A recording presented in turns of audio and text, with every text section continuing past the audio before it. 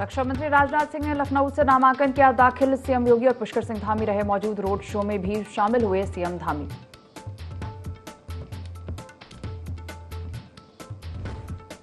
मुख्यमंत्री पुष्कर सिंह धामी ने उधम सिंह नगर जिले की कानून व्यवस्था की समीक्षा की। बैठक में जिलाधिकारी और पुलिस अधिकारी रहे मौजूद। कहा, देवभूमि के नागरिकों को सुरक्षित वातावरण देना हमारी प्राथमिकता।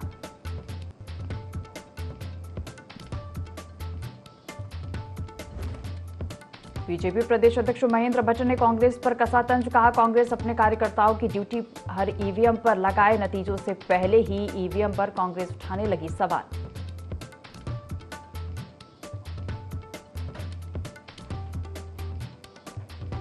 राजधानी देहरादून में भीषण अग्निकांड। खुरबुड़ा मोहल्ले में 22 झोपड़ियां जलकर हुई राख। कड़ी मशक्कत के बाद दमकल कर्मियों ने आग पर पाया काबू।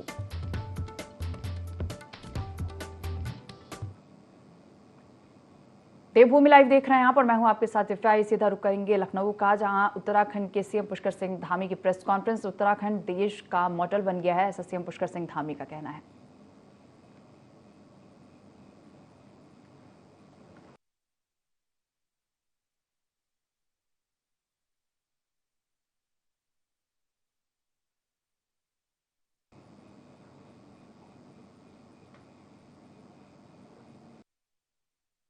उनके पिछले नामांकन में भी था, 2014 में भी और 19 में भी। इस बार जिस प्रकार का उत्साह हर एक वर्ग का यहाँ पर दिखाई दिया, वो निश्चित रूप से आने वाले समय में जो 4 जून को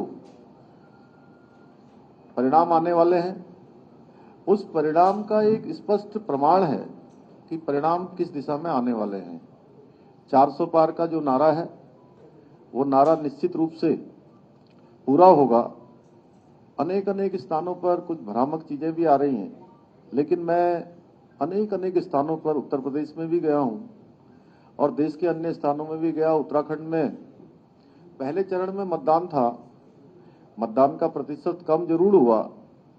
तो मेरे से पत्रकार मित्रों ने सबने पूछा कि भाई इस बार पहले के मुकाबले कुछ मतदान कम हुआ है। मैं बताना चाहता हूं कि मतदान, चूंकि जो भी लोग मोदी जी को प्रधानमंत्री बनाना चाहते हैं या उसके लिए मत करना चाहते हैं, वो सारे के सारे लोग मतदान करने आए। सामने बहुत ज्यादा संघर्ष न होने के कारण से दूसरी पार्टियों के लोगों ने मतदान में कम भाग लिया और जो हमारे विरोधी विचारधारा के लोग थे, वो कम मतदान वहां पर एक कारण रहा है। भारतीय जनता पार्टी के मतों में किसी प्रकार का कोई अंतर नहीं रहा। देश में भी जिस प्रकार से आज लोगों में उत्साह है, ऐसा लगता है कि जैसे हर एक व्यक्ति इस बार मतदान के दिन की प्रतीक्षा कर रहा हो कि मुझे मतदान करने जाना है, बहुत साइलेंट तरीके से, और अपनी अपनी बारी का इंतजार कर रहे हैं। और ये मैं लखनऊ में भी देख रहा हूँ, उत्तर प्रदेश में भी देख रहा हूँ, देश के अन्य स्थानों पर भी देख रहा हूँ।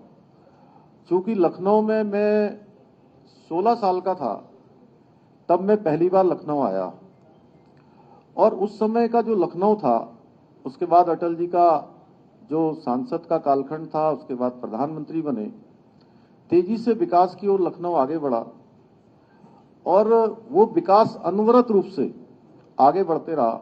माननीय राजनाथ सिंह जी के कालखंड में जिस प्रकार से यहाँ पर लखनऊ में हाईवे बने, ओवरब्रिज बने, तमाम प्रकार से नए नई सड़कों का निर्माण हुआ, चाहे यहाँ से सुल्तानपुर को जाने वाली सड़कें हों या सीतापुर, शाहजहांपुर या बरेली की ओर जाने वाले सड़क मार्ग हों, जिस प्रकार से यहाँ चारों तरफ मेट्रो चली है, अन्य जो डेवलपमेंट के काम हुए हैं।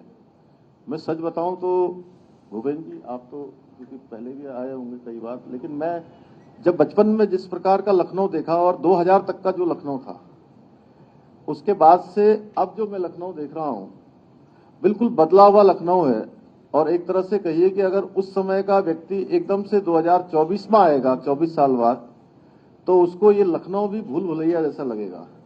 जैसे यहां से गोमती नगर जाना एक बहुत टेढ़ी खीर हुआ करती थी, और आज आसानी से हम कुछ ही मिनटों में यहां से गोमती नगर पहुंच जाते हैं। यहाँ से अलीगंज, यहाँ से त्रिवेणी नगर, निराला नगर आसानी से पहुंच जाते हैं। इतने सारे काम यहाँ पर हो गए। तो लखनऊ के साथ साथ पूरा उत्तर प्रदेश तेजी से विकास की ओर आगे बढ़ा है, एक छोर से लेकर दूसरे छोर तक।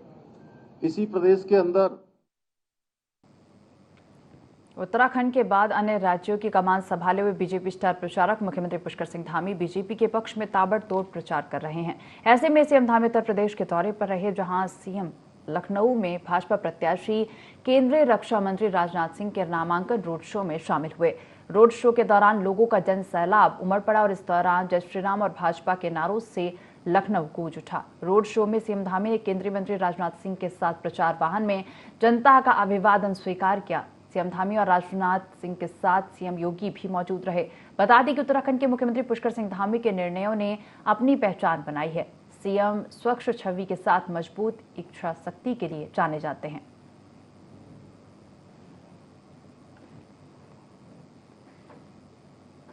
उत्तराखंड में 10 मई से शुरू हो रही चारधाम यात्रा को लेकर शासन प्रशासन की तैयारी लगातार जारी है। साथ ही बद्री केदार समिति द्वारा सुदूर देश में बैठे हुए श्रद्धालुओं के लिए दर्शन पूजा की व्यवस्था करने के लिए डिजिटल माध्यम का इस्तेमाल किया जा रहा है। वहीं केदार समिति के अध्यक्ष अजेंद्र अजय ने बताया कि पिछले वर्ष से डिजिटल IT का इस्तेमाल करना शुरू किया था।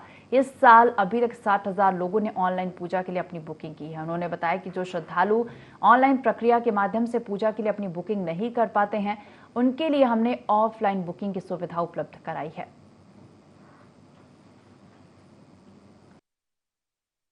वर्षों से हमने जो मंदिर समिति है उसमें डिजिटल तरीके से और IT का अधिकतम उपयोग करना प्रारंभ किया था और इस अनुरूप हमने ई-ऑफिस, ऑनलाइन पूजाएं, इस तरीके की व्यवस्थाएं भी प्रारंभ की हैं और उनका हमको सुखद परिणाम देखने को मिल रहा है। इस वर्ष अभी तक लगभग 1 सप्ताह के भीतर में बद्रीनाथ और केदारनाथ धाम में ऑनलाइन पूजा के माध्यम से 1 करोड़ 20 लाख की अब तक मंदिर समिति को आय हो चुकी है और लगभग 7,000 लोगों ने केदारनाथ जी और बद्रीनाथ जी में विशेष पूजा अर्चना, अभिषेक इत्यादि के लिए बुकिंग की है और हमें उम्मीद है कि आने वाले समय में और भी इसमें वृद्धि होगी। और इसके अलावा हमने जो कई यात्री ऐसे होते हैं कि जो ऑनलाइन पंजीकरण नहीं कर पाते, ऑनलाइन बुकिंग नहीं कर पाते हैं, उनके दृष्टिगत रखते हुए ऑफलाइन पूजा बुकिंग का भी हमने विकल्प रखा है। चारधाम यात्रा की शुरुआत से पहले ही श्रद्धालुओं को बुकिंग करने में परेशानी का सामना करना पड़ रहा है। रजिस्ट्रेशन पोर्टल पर मई महीने की बुकिंग फुल नजर आ रही है। हरिद्वार के ट्रैवल कारोबारी इसका विरोध कर रहे हैं। कारोबारियों का कहना है कि श्रद्धालुओं की संख्या निर्धारण करने की कोई जानकारी स्टेक होल्डर और श्रद्धालुओं को नहीं दी गई। ऐसे में दूर से पहुंचने वाले श्रद्धालुओं में असमंजस की स्थिति बनी हुई है। जो लोग चार धामों की यात्रा एक साथ करना चाहते हैं, वे अपनी यात्रा की प्लानिंग ठीक ढंग से नहीं कर पा रहे हैं। दिन में देखने में आया कुछ ही समय बाद कि उसमें जो स्लॉट्स हैं यमुनोत्री के, गंगोत्री के, वो फुल होने शुरू हो गए हैं।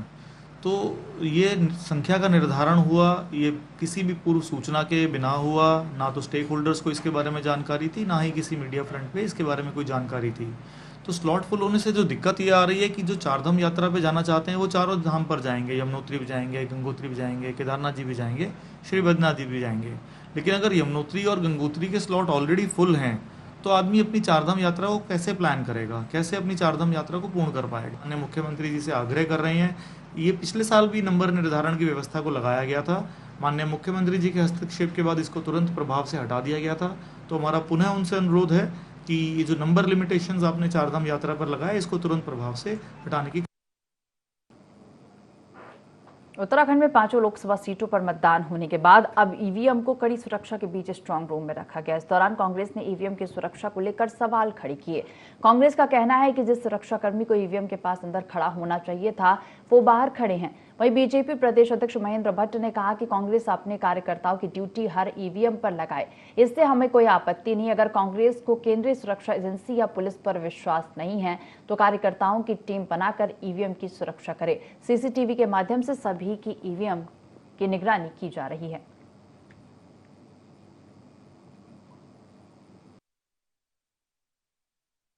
कांग्रेस के लोगों से मेरा आग्रह है कि हर ईवीएम मशीन जहाँ लगी हुई है अपने कार्यकर्ताओं की ड्यूटी लगाएं, हमें कोई आपत्ति नहीं है। अब वो तो जो सुरक्षा एजेंसी में प्रश्न खड़ा करें, पुलिस वालों पर प्रश्न खड़ा करें, तो ये अभी से हार की मैं कह रहा हूँ ना, हार अब सुप्रीम कोर्ट ने भी बोल दिया है कि आप ईवीएम को कब तक दोषी ठहराएंगे। ईवीएम मशीनों की देखरेख के लिए कार्यकर्ता भी तैनात किया, आप करिए ना, कौन मना कर रहा है। अगर आपको पुलिस पे विश्वास नहीं है, आपको सेंटर की जो एजेंसियां, सुरक्षा की एजेंसियों पर विश्वास नहीं है, तो कांग्रेस कार्यकर्ताओं की टीमें रहे, देख रेख होनी चाहिए। सीसी कैमरे लगे हुए हैं, सीसी कैमरे में बाकायदा प्रत्येक दिन का उसका रिकॉर्डिंग हो रही है, उसको देखने का अधिकार सबको है। तो प्रदेश में लोकसभा चुनाव संपन्न होने के बाद अब निकाय चुनाव की तैयारियां तेज हो गई हैं। बीजेपी ने निकाय चुनाव को लेकर कमर कस ली है। बीजेपी के प्रदेश महामंत्री आदित्य कोठारी का कहना है कि निकाय चुनाव की प्रक्रिया शुरू हो गई है। निकाय के द्वारा मतदाता सूचियों को प्रकाशित किया गया है, जिसमें आपत्तियां मांगी गई हैं। अधिकांश लोगों के नाम मतदाता सूची में छूटे हुए हैं और इस तरीके की घटनाएं लोकसभा चुनाव में भी देखने को मिली थी, जिसके चलते लोगों में रोष था। भाजपा कार्यकर्ताओं ने भी इस तरीके की शिकायतों को उजागर किया। भाजपा ने चुनाव आयुक्त से मांग किया कि मतदाता सूची में गड़बड़ियों को दूर किया जाए। के द्वारा मतदाता सूचियों का भी प्रकाशन किया गया है, उसमें आपत्तियां मांगी गई। देखने में आ रहा है कि अधिकांश मतदाता सूचियों में व्यक्तियों के नाम छूटे हुए हैं और लोकसभा चुनाव में भी इस प्रकार की घटनाएं हुई और लोगों में बड़ा आक्रोश था कि उनके नाम मतदाता सूची में नहीं है। बहुत सारे लोग पोलिंग बूथ से वापस लौटे और यही दिक्कत, यही शिकायत इस समय स्थानीय निकाय में भी देखने को मिल रही है। भारतीय जनता पार्टी के कार्यकर्ताओं ने भी इस प्रकार की शिकायत की है और स्थानीय निकाय चुनाव आयोग जो है उस पर लिखित रूप से भी भारतीय जनता पार्टी की तरफ से शिकायतें दर्ज हुई हैं और हमारे माननीय विधायकों ने, पदाधिकारियों ने भी इस प्रकार की नीचे वार्ड के स्तर पर जो गड़बड़ियां हैं उन गड़बड़ियों को उजागर किया है। तो भारतीय जनता पार्टी ये मांग कर रही है चुनाव आयोग से, जो स्थानीय निकाय का चुनाव आयोग है उससे मांग कर रही है कि मतदाता सूचियों की गड़बड़ियों को दूर किया जाए। मतदाताओं के नाम मतदाता सूची में शामिल नहीं होने को लेकर भाजपा राज्य निर्वाचन आयुक्त से मिलने जा रही है। भाजपा प्रदेश महामंत्री आदित्य कोठारी का कहना है कि हाल ही में हुए लोकसभा चुनाव के दौरान भी यह शिकायत देखने को मिली थी कि मतदाताओं के नाम मतदाता सूची में शामिल नहीं थे। बीएलओ ने सही तरीके से मतदाताओं का नाम मतदाता सूची में शामिल नहीं किया है, जिसकी वजह से पोलिंग सेंटर से उन्हें निराश होकर लौटना पड़ा। निकाय के चुनाव में मतदाताओं का नाम मतदाता सूची में शामिल नहीं है। नगर राज्य निर्वाचन आयुक्त से मिलकर शिकायत दर्ज कराने जा रही है। जो कंट्रोल रूम थे लोकसभा के, हमने 5 कंट्रोल रूम हमने बनाए। प्रदेश कार्यालय पर भी हमारा कंट्रोल रूम था। हमारे पास हजारों शिकायतें इस बात की आई कि उनका नाम मतदाता सूची में नहीं है और उसकी जब तहकीकात हम लोगों ने की तो हमारे पार्टी के सभी पदाधिकारियों द्वारा ये जानकारी दी गई कि बीएलओ जिसका काम मतदाता सूची में नाम जोड़ने का है, बीएलओ घर घर नहीं गए। और ठीक इसी प्रकार की दिक्कत वर्तमान समय जब स्थानीय निकाय के चुनाव की प्रक्रिया प्रारंभ हुई है, इस समय भी जो सूची स्थानीय निकायों के द्वारा जारी की गई है उस सूची में भी अधिकांश नाम गायब है। यह भी शिकायत आ रही है कि एक वार्ड के नाम दूसरे वार्ड में जोड़े गए हैं। यह भी शिकायत आ रही है कि एक ही परिवार के नाम 2-3 वार्डों में 2-3 बूथों पर अलग अलग जगह उनके नाम जोड़ दिए गए हैं। इस प्रकार की भारी अनियमितता मतदाता सूचियों में वर्तमान में देखने में आई है। आज हम लोग स्थानीय निकाय चुनाव आयुक्त से मिलेंगे और इस प्रकार की जो भी शिकायतें हमारे कार्यकर्ताओं के द्वारा ऊपर तक पहुंचाई गई हैं, इसको हम एक ज्ञापन के तौर पर, एक मांग पत्र के तौर पर आज हम चुनाव आयुक्त को देंगे कि ताकि मतदाता सूचियों में संशोधन हो और नाम जो है सही तरीके से मतदाता सूची में आए। एसटीएफ मेरठ और एसओजी की संयुक्त टीमों ने ऑनलाइन इंजीनियरिंग एंट्रेंस एग्जाम में नकल करवाने वाले गिरोह का भंडाफोड़ किया है। पुलिस की टीम ने रायपुर क्षेत्र स्थित परीक्षा केंद्र में छापेमारी करके गिरोह के 2 सदस्यों को भी गिरफ्तार किया। आरोपी के कब्जे से 1 लैपटॉप, 3 मोबाइल, परीक्षार्थियों के एडमिट कार्ड और अन्य दस्तावेज भी बरामद हुए हैं। गिरोह संचालित करने वाले सर्वर रूम से ही पेपर सॉल्व के माध्यम से परीक्षार्थियों के पेपर को ऑनलाइन सॉल्व कर सबमिट कर रहे थे। वहीं तमिलनाडु की एक यूनिवर्सिटी की ऑनलाइन एंट्रेंस परीक्षा भी आयोजित की गई थी।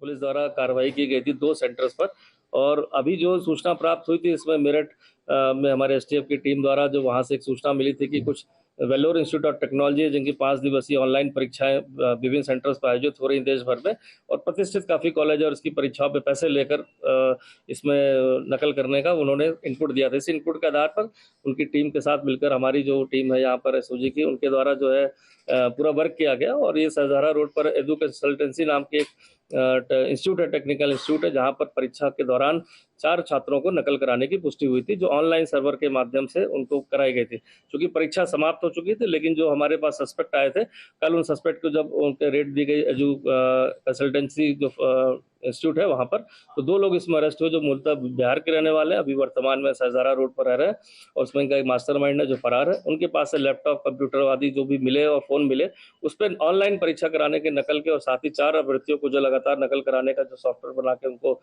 सर्वर के माध्यम से शेयर किया जा रहा था, उसके काफी सारे साक्ष्य मिले।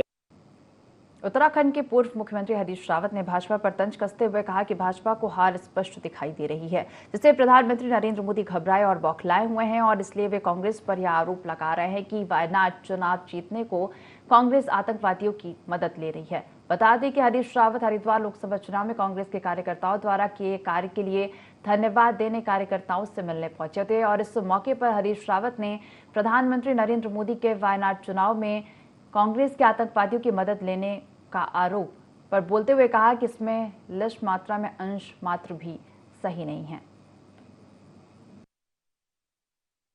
मोदी जी ने ऐसा लगता है कि झूठ बोलने का एकाधिकार केवल इंडिया में ही नहीं, दुनिया में पहले राजनेता होंगे जिन्होंने ये ले लिया है, और ये सरासर झूठ है, और इसमें सत्य का एक लेस मात्र भी अंश नहीं है। यदि वो सिद्ध कर देंगे तो हम राजनीति छोड़ देंगे। जो है, जिस परिवार ने आतंकवादियों के हाथ इंदिरा गांधी खोई, महात्मा गांधी खोए, राजीव गांधी खोए, उस परिवार के ऊपर ये आरोप लगाना कि वो चुनाव जीतने के लिए आतंकवादियों का सहारा ले रहा है, ये न केवल अविश्वसनीय है बल्कि निंदनीय भी है। इस तरीके की बात कर, हार उनको स्पष्ट दिखाई दे रही है। नशा तस्करी के खिलाफ दून पुलिस को एक बड़ी सफलता हाथ लगी है। चेकिंग के दौरान प्रेमनगर क्षेत्र में नंदा की चौकी के पास 3 ड्रग तस्करों को देहरादून पुलिस ने गिरफ्तार किया है। पकड़े गए आरोपियों से हाई प्रोफाइल ड्रग LSD की 2058 ब्लॉट्स और 6 ग्राम हेरोइन बरामद की गई, जिसकी अंतर्राष्ट्रीय बाजार में कीमत 2 करोड़ 5 लाख रुपए आंकी गई है। पूछताछ में आरोपियों ने बताया कि डार्क वेब के माध्यम से वह इन ड्रग्स को मंगवाते थे और उनके द्वारा यह कॉलेज स्टूडेंट्स और प्राइवेट पार्टियों में सप्लाई की जानी थी, लेकिन पुलिस की मुस्तैदी के चलते उनकी योजना नाकाम साबित हुई और अब पुलिस इनके पीछे अन्य तस्करों की भी तलाश कर रही है।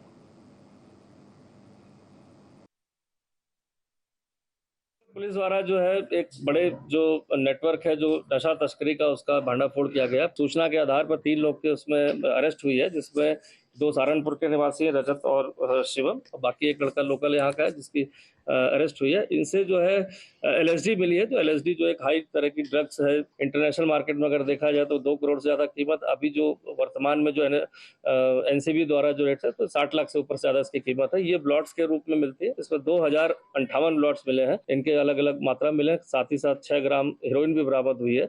और जो अभी प्राथमिक पूछताछ जिनसे पता चली है, ये डार्क वेब के माध्यम से लोगों से ये वहाँ से डिलीवरी कुरियर के माध्यम से मंगाते हैं। इनका नेटवर्क भी कहीं अन्य शहरों में भी जुड़ गया है, जहां से सप्लाई चेन के माध्यम से जुड़े हुए हैं। यहाँ के कुछ शैक्षणिक संस्थानों के छात्र भी इसमें पता चला है कि इस ड्रग का यूज करते हैं, जिसके लिए उन्होंने यहाँ पर इस खेप को मंगाया था। पूर्व में एक बार भी मंगाया था। उन सबके नाम और इनसे जानकारी हमें प्राप्त हुई है पूछताछ में, जिस पर हम आगे की कार्रवाई करेंगे। भगवान श्री गणेश का जन्म स्थल डोडी ताल, जहां माता पार्वती ने अपने उपटन से अद्भुत बालक भगवान श्री गणेश की उत्पत्ति की थी, जिसका उल्लेख स्कंद पुराण के केदार खंड नामक अध्याय में भी वर्णित है। कहा जाता है कि एक बार जब माता पार्वती डोडी ताल में स्नान कर रही थी तो उन्होंने भगवान गणेश को पहरेदारी के लिए वहां तैनात कर दिया। स्कंद पुराण में यह विवरण है कि यहीं पर भगवान शिव ने गणेश जी का सिर काटा था और जिसके बाद से इस स्थान पर भगवान गणेश को ढूढ़ा ताल के रूप में पूजा जाने लगा। देखिए रिपोर्ट। स्कंद पुराण के अनुसार डोढ़ी ताल में जब भगवान शंकर ने तालाब में जाने की इच्छा जताई थी तो उन्हें माता पार्वती के पुत्र भगवान गणेश ने जाने से रोक दिया था। इसी दौरान दोनों के बीच बड़ी बहस हो गई। इस बहस के बाद भगवान शिव इतने क्रोधित हो गए कि उन्होंने त्रिशूल से गणेश जी का शीश काट दिया। दरअसल माता पार्वती ने गणेश जी को स्पष्ट निर्देश दिए थे कि अंदर तालाब में नहाने के लिए कोई भी प्रवेश न करे। जब गणेश जी की उत्पत्ति हुई थी तो उस समय गणेश जी ने भगवान शिव के स्वरूप को नहीं देखा था। बाद में भगवान शिव ने हाथी का शीश लगाकर भगवान गणेश को पुनर्जीवित कर दिया था। लेकिन तभी से इस स्थान को डोढ़ी ताल धाम नाम से जाना जाता है।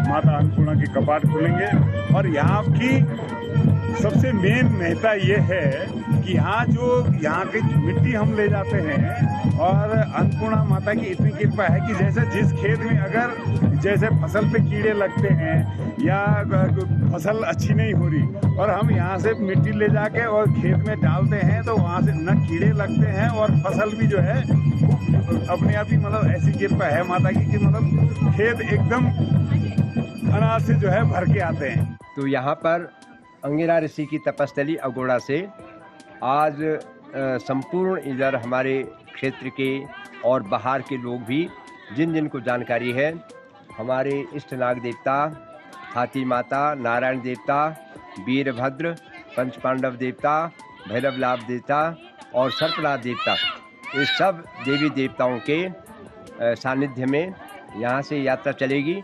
भगवान शंकर ने गणेश जी को पुनर्जीवित कर यह वरदान दिया था कि सभी देवी देवताओं में उनकी पूजा सबसे पहले होगी और जो भक्त गणेश जी की पूजा सबसे पहले नहीं करेंगे उनकी पूजा मान्य नहीं होगी और ऐसी पूजा का फल भी उन्हें प्राप्त नहीं होगा। ऐसी मान्यता है कि जो भी भक्त डोढ़ी ताल धाम के केवल दर्शन मात्र कर लेता है उसकी हर मनोकामना पूरी हो जाती है।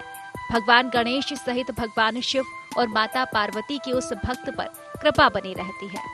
ये डोढ़ीताल में ये गणेश गुफा है और पौराणिक कथाओं के अनुसार और ग्रंथों के अनुसार जो है यहाँ पे जब भगवान गणेश, जब माता पार्वती इस कुंड में जब स्नान करती थी तो जो पहरेदारी होती है तो भगवान उन्होंने अपने पहरेदारी के लिए जो है भगवान गणेश को जो है वो यहाँ पे रखा करते थे। डोढ़ी धाम तक पहुँचने के लिए 16 किलोमीटर की खड़ी चढ़ाई पार करनी पड़ती है, जहाँ माता पार्वती, अन्नपूर्णा माता और भगवान गणेश डोढ़ी महाराज का भव्य मंदिर बना है और लोग अपनी मनोकामना लेकर जहाँ जाते हैं। इस मंदिर के कपाट खोल दिए गए हैं। मंदिर के दर्शन करने आने वाले कई श्रद्धालुओं से IND24 संवाददाता दीपक नौटियाल ने भी चर्चा की। चर्चा में श्रद्धालुओं ने अपने अनुभव साझा किए हैं। डिवाइन एक्सपीरियंस है हम सबके लिए। हम मुंबई और दिल्ली एक ग्रुप बनाकर आए 4 जन और बापा जी के द्वार आज खुल गए। मई 10 तक 4 धाम भी खुल जाएंगे। बहुत बड़ी बात है और मैं आशा करती हूँ जो यात्री यहाँ आएंगे उनको भी वैसा ही सुखद एक्सपीरियंस अनुभव कर सके जो हमने किया है। कि कपाट विधि और विधान से खुले जा रहे हैं और यहाँ पे वासुकीनाथ देवता के सानिध्य में खुले जाएंगे और ये वो सरोवर है और मंदिर के ठीक अंदर पीछे की तरफ आप जाएंगे वहाँ पे माँ भगवती का एक गुफा है जहाँ पे माता ने कपड़े चेंज करे थे। तो ये सुंदर दिव्य दृश्य यहीं पे दिखाया जाता है और भगवान शंकर भगवान का पूरा परिवार यहाँ पे रहता है। सुंदर सा तालाब है और कहा जाता है कि माता अन्नपूर्णा ने भगवान श्री गणेश जी को इसी स्थान पर जन्म दिया था और आज सभी देव डोलियों के साथ और विभिन्न देवी देवताओं के साथ आज माता अन्नपूर्णा के कपाट यहाँ पर खोलेंगे। माँ अन्नपूर्णा के कपाट श्रद्धालुओं के 6 महीने खोल दिए गए हैं और यहाँ पर भगवान वासुकीनाथ देवता नाड, भगवान वासुकीनाथ देवता अगोड़ा यहाँ पर उद्घाटन समारोह में आए हैं और यहाँ पर माँ अन्नपूर्णा माँ पार्वती के रूप में विराजमान है और यहाँ पर भगवान गणेश भगवान जी हैं जो और उनकी जन्मस्थली है ये और कहा जाता है कि ये जो तालाब है यहाँ पे माँ अन्नपूर्णा माँ पार्वती जी ने यहाँ स्नान किया है।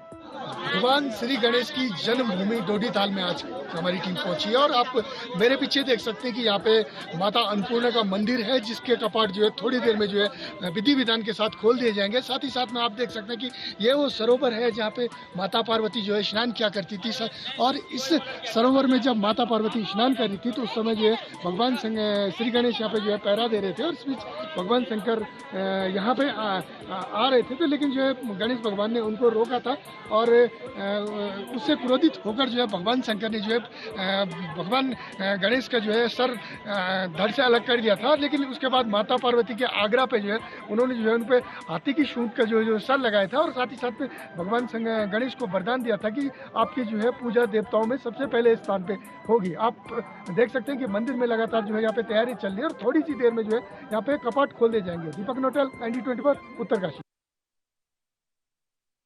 इस बुलेटिन में फिलहाल इतना ही। आप देखते रहिए IND24। नमस्कार।